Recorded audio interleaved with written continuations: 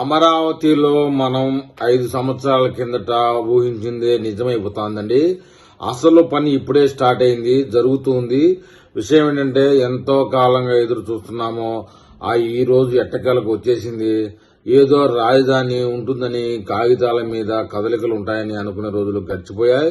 ఇప్పుడు నిజంగానే అమరావతిలో భారీ టవర్లు, శాఖల కార్యాలయాలు, పరిపాలనా భవనాలు లాంటి నిర్మాణాలు ప్రారంభం కాబోతున్నాయంటే ఆలోచించడానికి గర్వంగా ఉందంటా ఉన్నారు మెయిన్ గా అమరావతి వాసులండి.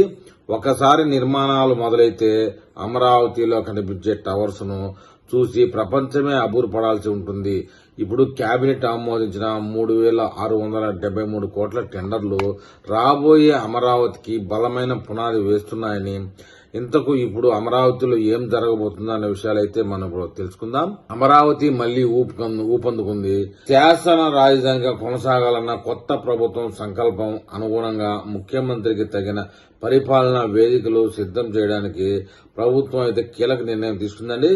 తాజాగా రాష్ట్ర మంత్రివర్గ సమావేశంలో మొత్తం 3,673 కోట్ల విలువైన నిర్మాణ టెండర్లకు ఆమోదం తెలిపింది. అమరావతిలో ముఖ్యంగా పరిపాలనా సౌకర్యాలను సమకూర్చేందుకు తక్షణమే నిర్మాణాలు ప్రారంభించనున్నట్లు అధికార వర్గాలైతే స్పష్టం చేశాయి.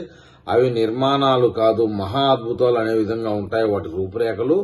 ఈ టెండర్లలో ముఖ్యంగా 3 విభాగాల కింద భవనాలు నిర్మించనున్నట్లు సమాచారం.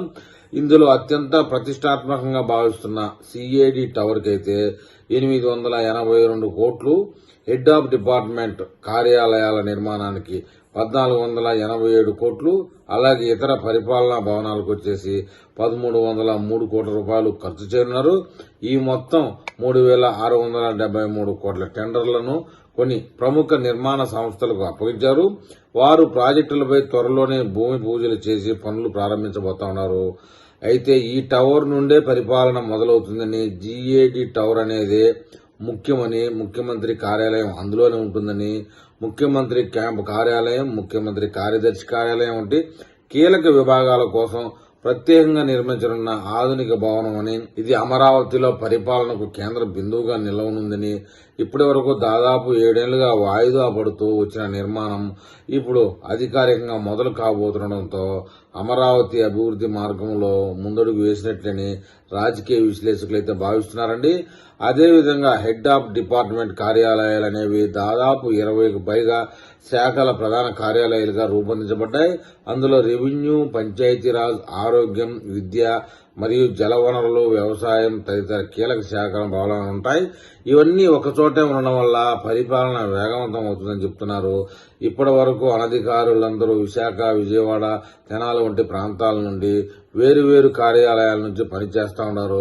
కానీ ఇకపై భవనం సముదాయంలో అన్ని శాఖలు పనిచేస్తే సమన్వయం పెరుగుతుంది. ఇతర పరిపాలనా భవనాల కింద న్యాయ విభాగ భవనాలు, అసెంబ్లీ అనుబంధ కార్యాలయాలు, గెస్ట్ హౌసులు, వర్చువల్ మీటింగ్ హాల్స్ వంటి సదుపాయాలు కూడా నిర్మించనున్నారు. వీటి నిర్మాణం పూర్తయితే రాజధాని రూపురేఖలు స్పష్టంగా పుడతాయని ప్రభుత్వ వర్గాలు చెబుతా ఉన్నాయి. ఇప్పటికే 2016లో నిర్మాణాలు ప్రారంభమైన తర్వాత కొన్ని విభాగాల్లో కాంక్రీట్ పనులు 40% వరకు పూర్తయినప్పటికీ గత వైసీపీ పాలనలో నిర్మాణాలు నిలిచిపోయిన సంగతి మనందరికీ తెలిసిందే. ఇప్పుడు మళ్లీ ప్రభుత్వం ప్రతిష్టాత్మకంగా ఈ నిర్మాణాలు పునఃప్రారంభించడం అనేది విశేషం. ప్రభుత్వ నిర్ణయం మేరకు టెండర్లను పారదర్శకంగా నిర్వహించి అర్హత కలిగిన నిర్మాణాల సంస్థలకే కాంట్రాక్టులు అప్పగించాలని ప్రభుత్వ వర్గాలు చెబుతా ఉన్నాయి. ప్రతి ప్రాజెక్టుకు నిర్దిష్టమైన కాలపట్టిక సిద్దం చేసినట్టు తెలుస్తోంది. ఏ భవనం ఎప్పటిలోపు పూర్తవ్వాలో ముందే ఫిక్స్ చేసి షెడ్యూల్ ప్రకారం నడవనున్నాయి. ముఖ్యంగా జీఏడీ టవర్ నిర్మాణానికైతే 18 నెలల గడువే పెట్టారు. హెచ్ఓడి కార్యాలయాలకైతే 2 సంవత్సరాలు అంటే 24 నెలల గడువు, ఇతర భవనాలకైతే 20 నెలల గడువే ఉండబోతుంది. అప్పటి తర్వాత వీటిని అధికారికంగా ప్రారంభించి వాడుకలోకి తేవాలని లక్ష్యంగా పెట్టుకున్నారు. ఈ టెండర్ల ఆమోదంతో పాటు అమరావతి ప్రాంతానికి మౌలిక సదుపాయాల కల్పనలో భాగంగా రోడ్లు, డ్రైనేజీ వ్యవస్థ, వాటర్ సప్లై లైన్లు, విద్యుత్ వ్యవస్థ మరియు ఇంటర్నెట్ అంశాలపై కూడా కేబినెట్ లో చర్చించడం జరిగింది. మొదటి దిశగా ప్రధాన కార్యాలయాలు, భవనాల నిర్మాణం పూర్తయిన తర్వాత సెకండరీ ఇన్ఫ్రాస్ట్రక్చర్ పనులకు దారి తీయనట్లు తెలుస్తా ఉంది.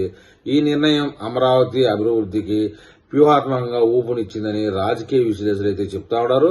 గత ప్రభుత్వ పాలనలో 3 రాజధానుల వ్యవహారంతో అమరావతిలో నిర్మాణాలు అర్ధాంతరంగా ఆగిపోయాయి. కానీ ఇప్పుడు నూతన ప్రభుత్వం అధికారంలోకి వచ్చిన వెంటనే అమరావతికి తిరిగి ప్రాధాన్యత ఇస్తూ చర్యలు తీసుకోవడం అనేది భవన నిర్మాణాలపై నిధులు కేటాయింపులు చేయడం ప్రజల్లో నూతన ఆశలు అయితే రేకెత్తిస్తున్నాయి. ప్రత్యేకంగా రైతులు, నిర్మాణ కార్మికులు, రియల్ ఎస్టేట్ రంగంలో నిమగ్నమైన వారికి ఇది పెద్ద ఊరటగా మారనుంది. మొత్తానికి చూస్తే ఈ టెండర్లు కేవలం నిర్మాణ ప్రాజెక్టులకే కాదు, ఒక భవిష్యత్తు రాజధానికి వేసిన బలం అడుగులుగా కూడా చెప్పవచ్చు. అధికార పాలనకు, ప్రజల సేవకు అమరావతిని మరోసారి సిద్ధం చేయాలన్న లక్ష్యంతో రాష్ట్ర ప్రభుత్వం తీసుకున్న ఈ నిర్ణయం శాసన రాజధానిగా అమరావతిని పునరుద్ధరించనున్న సంకేతంగా చెప్పవచ్చని స్థానికులు అంటున్నారండి. మరి ఈ వీడియో మీద అమరావతిగా స్థానికంగా ఉన్నటువంటి ప్రజలు ఏమని కామెంట్ చేస్తారో చూద్దాం.